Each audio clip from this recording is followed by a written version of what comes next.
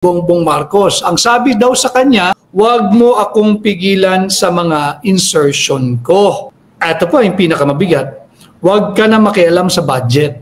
Magandang hapon po. Magandang araw sa lahat ng Pilipino, Luzon, Visayas at Mindanao. Magandang araw po sa lahat ng Pilipino, saan man po kayong bahagi ng mundo, yung ating mga pinagpipitagang overseas Filipino workers at yung ating mga Filipino migrants. Ito po muli ang inyong kaibigan, Attorney Vic Rodriguez, ang Tinig Maisog.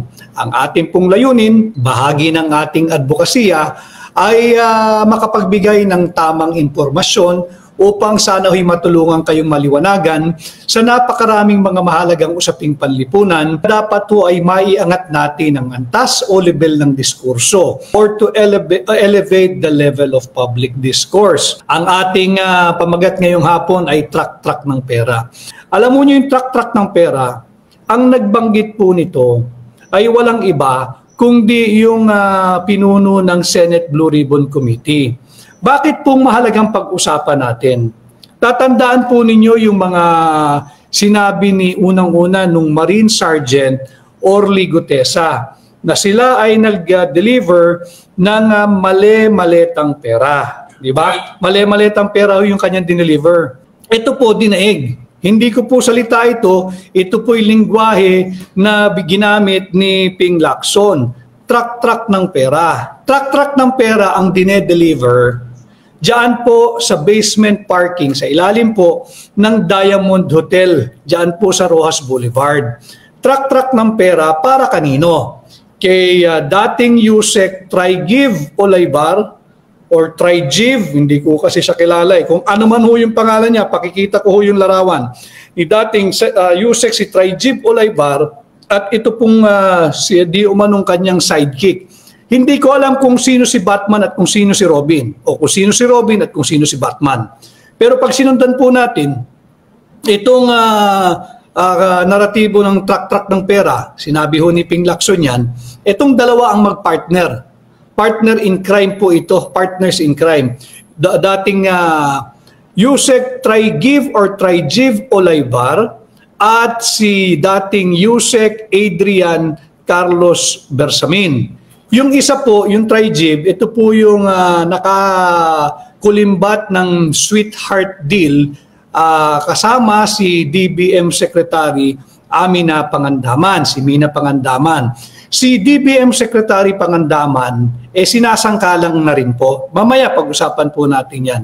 Samantala, ito pong si Adrian Carlos Bersamin, yung Trygiv, hindi ko po alam kung ilang edad ito. Pero itong Adrian Carlos Bersamin, mukhang mas bata po ito. Higit na bata. Pero tingnan naman ninyo ang kanilang kinakasangkutang krimen. Krimen po ito eh.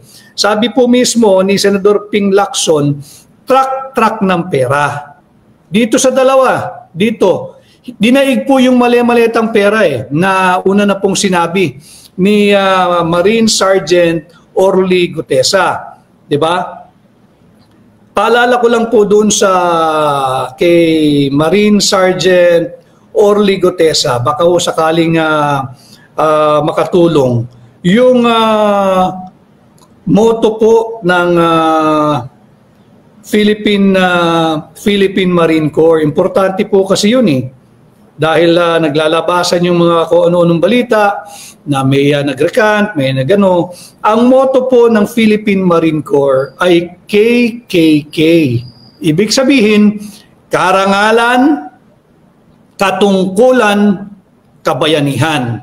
Ito po yung motto ng Philippine Marine Corps. Karangalan, dangal, dignidad, respeto sa sarili at respeto sa pamilya at respeto sa kapwa Pilipino. Katungkulan, yung kanila pong naging katungkulan o posisyon sa pamahalaan kahit ngayon. Wala na po siya sa serbisyo, yung once a Marine, forever Marine po yan eh. At yung isa pang K, kabayanihan. At ngayon po, salat sa matinong leaders, ang ating bansa, mahalaga po yung isang K sa motto ng Marine Corps, yung kabayanihan. And this goes to all members of the Philippine Marine Corps. Please, Pagka sa tingin po ninyo, kayo'y tila nililigaw o naliligaw, balikan nyo lang yung core value kung bakit kayo nandiyan sa Philippine Marine Corps. KKK, karangalan, katungkulan, kabayanihan. Sa Ingles, honor, mahalaga po yan. Kasi yung honor, tagus po yan hanggang anak at hanggang sa kaapu-apuhan ninyo. Honor, duty, valor. Yan po ang motto ng Philippine Marine Corps. Balik po tayo dito. Dinaig po yung mali-malitang transaksyon o pera na para po kay Saldico, yung dating pinuno po ng chairman ng appropriations. By the way, may linabas na naman kaninang napakalaking implikasyon nun, yung video niya. Tapos, yung dinaig din po yung mali-malitang inihahatid kay dating speaker Martin Romualdez. Ito pong dalawa, si Trigib at si Yusek Adrian Bersamin, track po. Ngayon, kung talagang gusto nating magkaroon ng isang patas na investigation at mapanagot ang mga nagnakaw sa pera nating Pilipino, ito simpleng investigation eh. Ipatawag mo yung head ng security ng Diamond Hotel. Paanong nakalabas-masok yung truck ng pera sa Diamond Hotel? Hindi po pipitsuging hotel yung Diamond Hotel. Marami po mga opisyal ng ating pamahalaan ang dyan nagmi-meeting, dyan po nagfa-function, dyan po kumakain. Marami po eh. At sikat din po yan sa mga turista, maging international man or domestic. So, ipatawag yung chief security. Dapat matagal nang sinecure. Yung video po, yung security video ng Diamond Hotel para makita yung labas-masok po ng truck ng pera that is intended to Trigib Olaybar at Yusek Adrian Bersamin. Mahalaga po ito. Bakit? Bilyong-bilyong piso po pinag-uusapan natin dito. At nakakaawa, ipakita ko rin po yung mga maliliit na kawani ng DPWH. Sila po yung pinag-aaresto eh. Ito po. Ito'y nagsisirculate po ito sa social media. Lumabas din po ito sa pahayagan. And to be fair to them, they are presumed innocent until proven guilty. But look at what they did. May mga pamilya din po ito. At ako ay nakikisimpatya sa kanila. I don't think these lowly bureaucrats, hindi naman lowly yung minamaliit natin doon po sa baitang ng posisyonan sa gobyerno, ito po'y mabababang nakapwesto sa pamahalaan. I don't think they've authored. I don't think they perpetrated. I don't think they tolerated. Wala po silang poder eh. Wala silang kapangyarihan.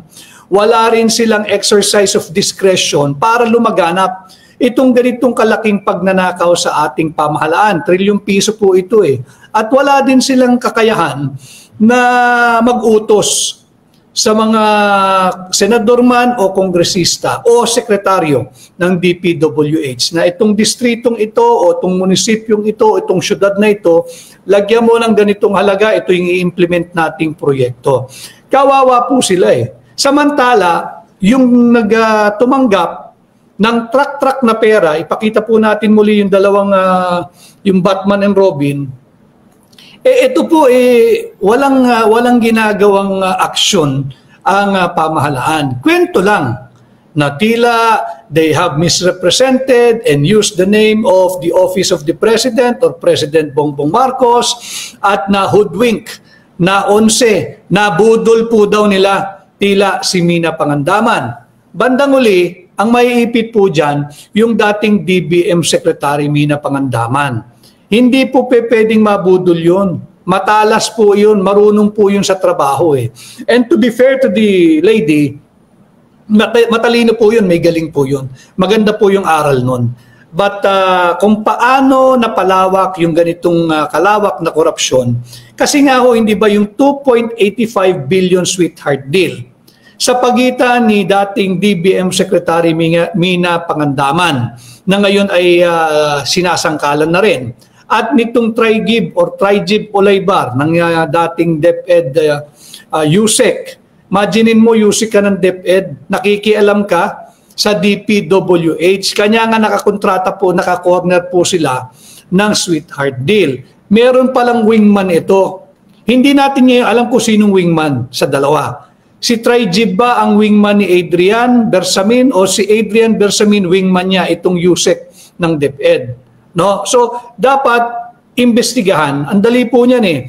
Kung na-identify na armored vehicle, yung naghahatid ng pera, truck ng pera sa Diamond Hotel, pinangalanan po yung hotel, Diamond Hotel.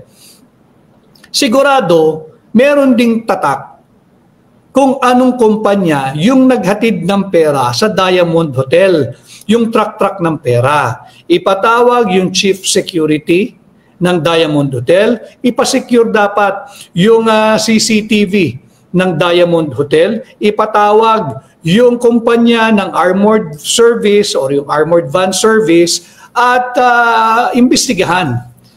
Saan ninyo kinuha yung pera? I'm sure may pinagmulan yan. Sa land bank magaling yan. Kasi kung pera ng gobyerno, land bank lang bubulwak yan. Land bank ang pagkukuhaan ng pera niyan. Maliban na lamang kung ito ay dumaan na sa isang kontratista. Yung kontratista, maaari niyang gamitin yung kanyang personal bank depository. Not necessarily land bank. Pag na-issue na siya ng bayad, pwede niyang gamitin yung kanyang personal account at doon niya naman ilabas yung pera para lang po magkaroon ng layering. Madali po yan. Bakit? Dahil obligasyon nung mga nagpapalabas ng ganitong mga naratibo sa ating mga Pilipino. Hindi niyo pa ho nahahawakan yung inyong pinaghirapan sa loob ng kinsenas, bawas na po yung inyong buwis. Papayag ba kayo na itong dalawang kulukoy lang ang ang itinuturong nagnanakaw ng ating pera? Na tila sila yung mastermind. Hindi po pwedeng yan ang mastermind. Imposible pong mastermind dyan. Ito po ay ang nagpahayag po nito, para lang po kumpleto tayo ha. Inilabas po ito sa news portal ng INQ or Inquirer.net. Ipapakita rin po natin. At ang source po nila ay si Senador Ping Lacson. Yung sa Inquirer.net, pakilabas lang natin yung isang photo natin. Yan po, makikita ninyo, ito po ay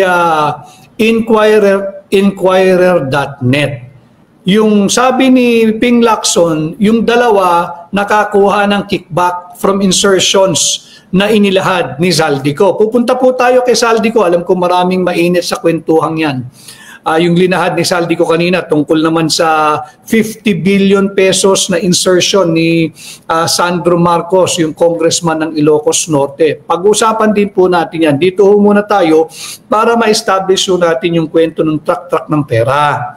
Hindi na po biro to, daig nito si Martin Romualdez at si Zaldico eh.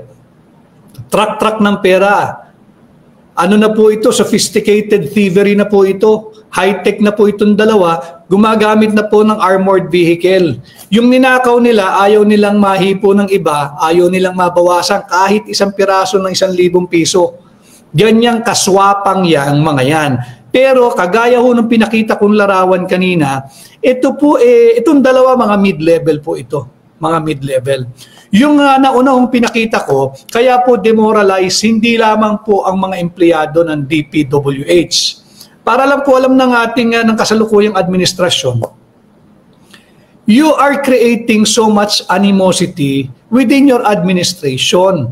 Bakit? Nagagalit na at low moral na yung mga nagtatrabaho ng matino sa gobyerno. Napakabilis ninyong magpapakulong, magpapaaresto ng mga lowly employees. Again, no, I don't mean disrespect. Lowly in terms of rank po.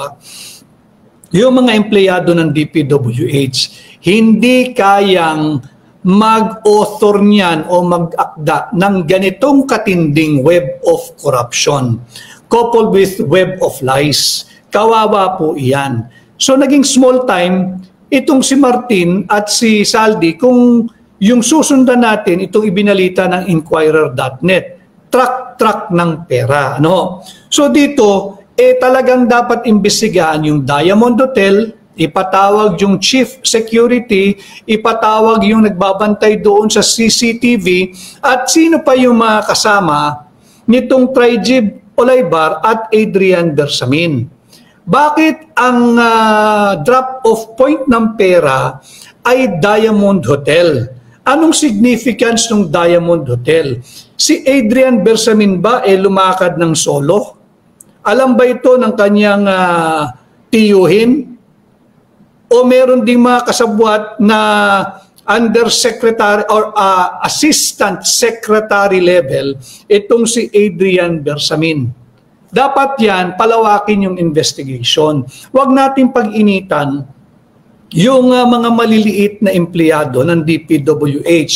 I saw one footage, one video in the post of ni Joey Cruz, si Joa De Viv. Meron siyang pinost doon kung paano ready yung bahay ng isang DPW engineer. Overkill po iyon.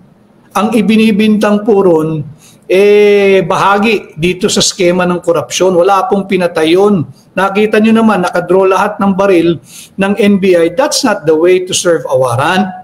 Maglalabas ka lang ho ng armas kung kilala yung tao bilang armed and dangerous. Kung wala naman siyang kasaysayan o history at ikay magse-serve lang ng warrant of arrest, overkill po yun.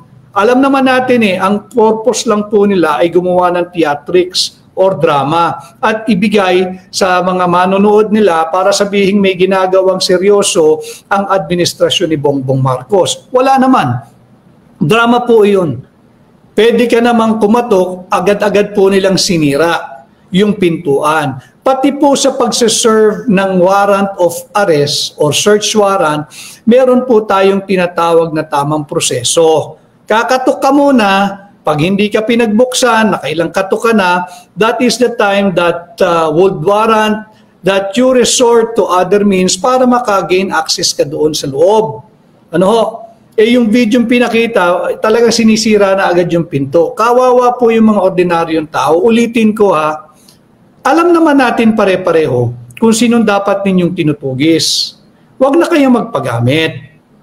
Kung mali ang iniutos, huwag kayong sumunod. Wala namang masama na hindi kayo susunod sa maling utos. Ngayon, kung kayo naman nais magpabibo, wag naman yung mabigat na kamay ng batas ang gagamitin ninyo dahil hindi naman po kinakailangan. So dito sa track ng pera, nabanggit po kanina ni Saldico sa kanyang bagong video na may 50 billion na insertion yung Ilocos Norte. Hindi ko lang alam kung ano po ang kanyang distrito yung congressman ng Ilocos Norte na si Sandro Marcos, 50 billion.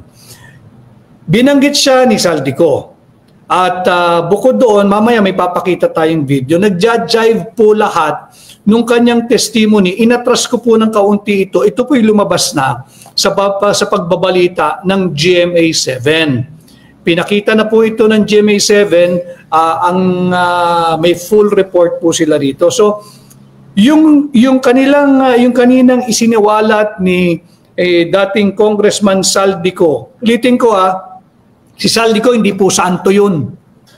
As chairman ng appropriations, inaamin naman niya, isa siya sa mga gumawa ng ganitong katinding korupsyon dahil inutusan siya. Meron siya kanina, mahalaga po yung sinabi niya.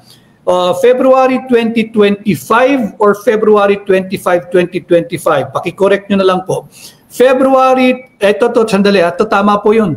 Si Atruel Lotero 6211, puro dilis, sapsap lang huli. Mga balyena pating nakatakas. Yun nga ang kaya po demoralize ang mga empleyado ng ating pamahalaan, hindi lang DPWH. Sapagkat nakikita natin, sila'y sinasangkalan, parang si Mina Pangandaman, parang yung dating executive secretary din na si former Chief Justice Lucas Bersamin, nasasangkalan. Ngayon, iipiti nila yung Trigib Olaybar at yung Adrian Bersamin. Kung kayo inutusan lang din, siguro natukso lang din sila, wala Open season ng pagdamba ng pera Baka natukso, dumiskarte, at dung kanilang diniskarte, linalaglag na rin sila. Same story with Saldico. Saldico, ibinato sa ilalim ng bus at nagsalita. Itong dalawa, itong Trigib at Adrian Bersamin, lalo na yung Adrian, bata pa ito, pero boundary na ito.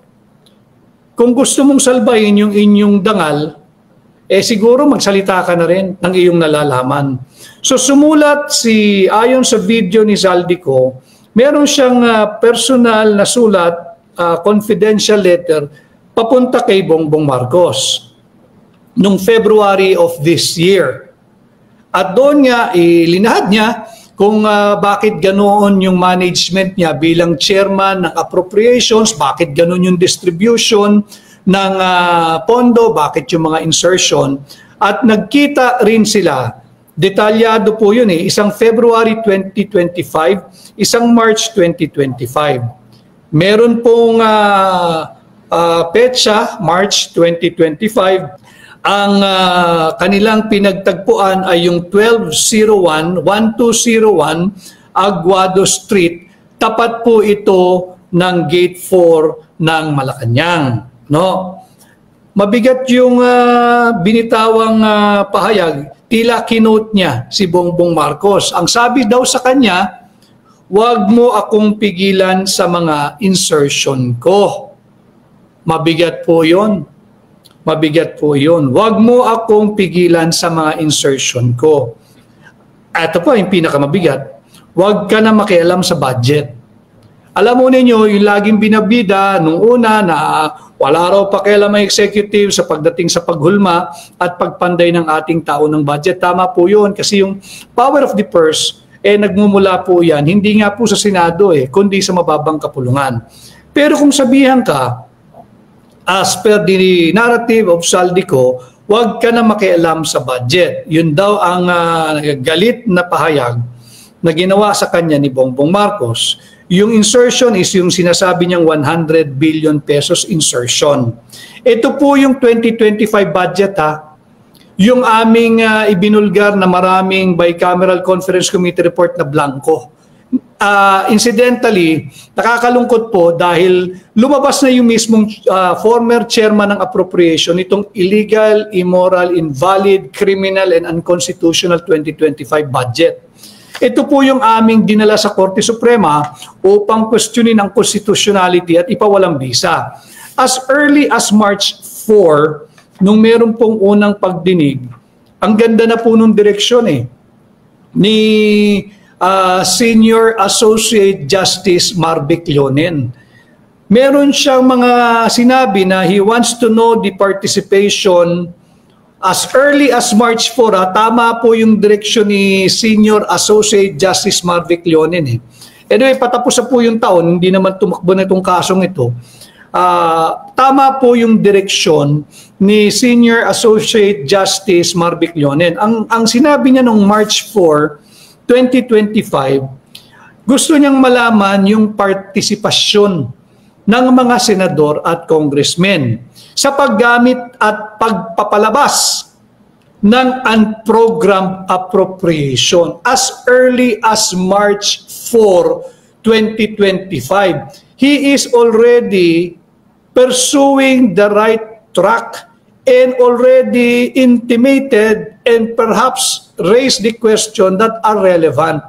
March 4, noon pa lang, hindi ba't meron pang isang nakabinbin na kaso na ifinail naman ng FPJPM, si Joseph Cadsawa ng kanilang Pangulo, na kini-question naman yung paggamit at illegal na pag-disburse ng mga unprogrammed appropriation. Si Mina Pangandaman din po makakasagot niyan So bukod doon, gusto ring malaman ni Senior Associate Justice noon yung mga pangalan ng Senate and House contingent pagdating sa Bicameral Conference Committee report.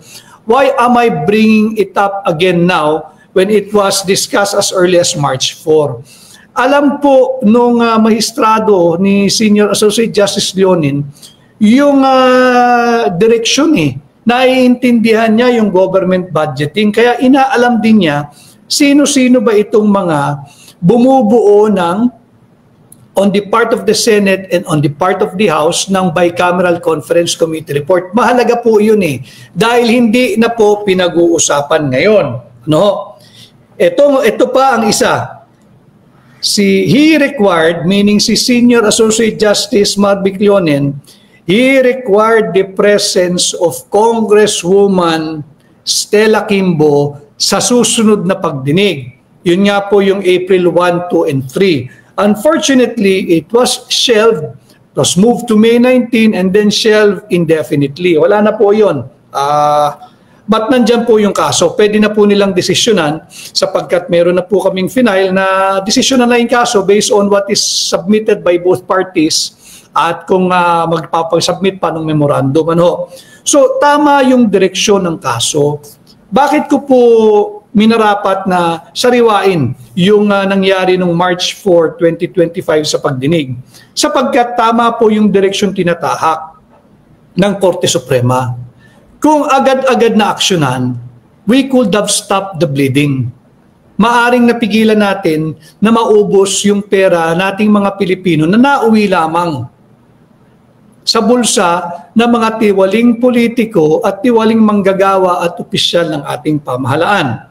So, nabanggit ko kanina, base doon sa videong pinalabas ni Saldico, essentially, talagang sinabi niya, diretsahan, kausap niya si Bongbong Marcos, March 25 sa 1201 Aguado Street, tapat ng Gate 4 ng Malacanang, at sinabi niya ni Bongbong Marcos, wag mo akong pigilan sa mga insertion ko at wag ka na makialam sa budget. Ano po ang value noon? Matatandaan po ninyo, hindi po ito alam ng mga trolls na bisita po natin kasi wala naman pong tamang pag-iisip yung mga yan at hindi po nila alam yan. Nung kapanahunan po nung kasagsagan ng impeachment trial ni dating Pangulong Joseph Erap Estrada, malamang yung mga troll di pa pinapanganak noon at kung pinanganak naman po sila noon, wala pong alam sa kasaysayan ito. Meron pong star witness yung prosecution. This was 2001 nung impeachment. Inilabas po siya, pilit po siyang binabasag nung yung mga abogado ng depensa. Natural po yun trial Si Binibining or si Ginang Clarissa Ocampo. Bangkera po ito, si Clarissa Ocampo. Nung tinanong, paano ka nakakatiyak na pinirmahan mismo ni Joseph Estrada yung pangalang Jose Pidal? Paano mo nakita? Nakita mo ba? Ang sagot po niya, nakita niya. And she was just a foot away. Di po yung paa, yung sukat, yung dikitan. Talagang kitang-kita niya. Yun po yung katagang naging pamoso ng mga panahong yun, munting lakbay sa ating kasaysayan. Ito po yung pamosong I was a foot away. Yung po yung napaka-credible na naging testimonya ni Ginang Clarissa Ocampo, isang bangkero po na siya ang may dala yung specimen card, yung pagpipirmahan na pinirmahan po ni dating Pangulong Joseph Erap Estrada sa pangalan na Jose Pidal, yung Jose Pidal account. So yun din po yung maiahalin tulad ko, itong halaga at value na naging testimonya o pahayag ni Zaldico. Yung sinabi niya na nagkita sila noong March 2025, nagkita, personal, face to face. May lugar, 1201 Aguado Street, tapat ng Gate 4 ng Malacanang, kompleto address, kompleto description.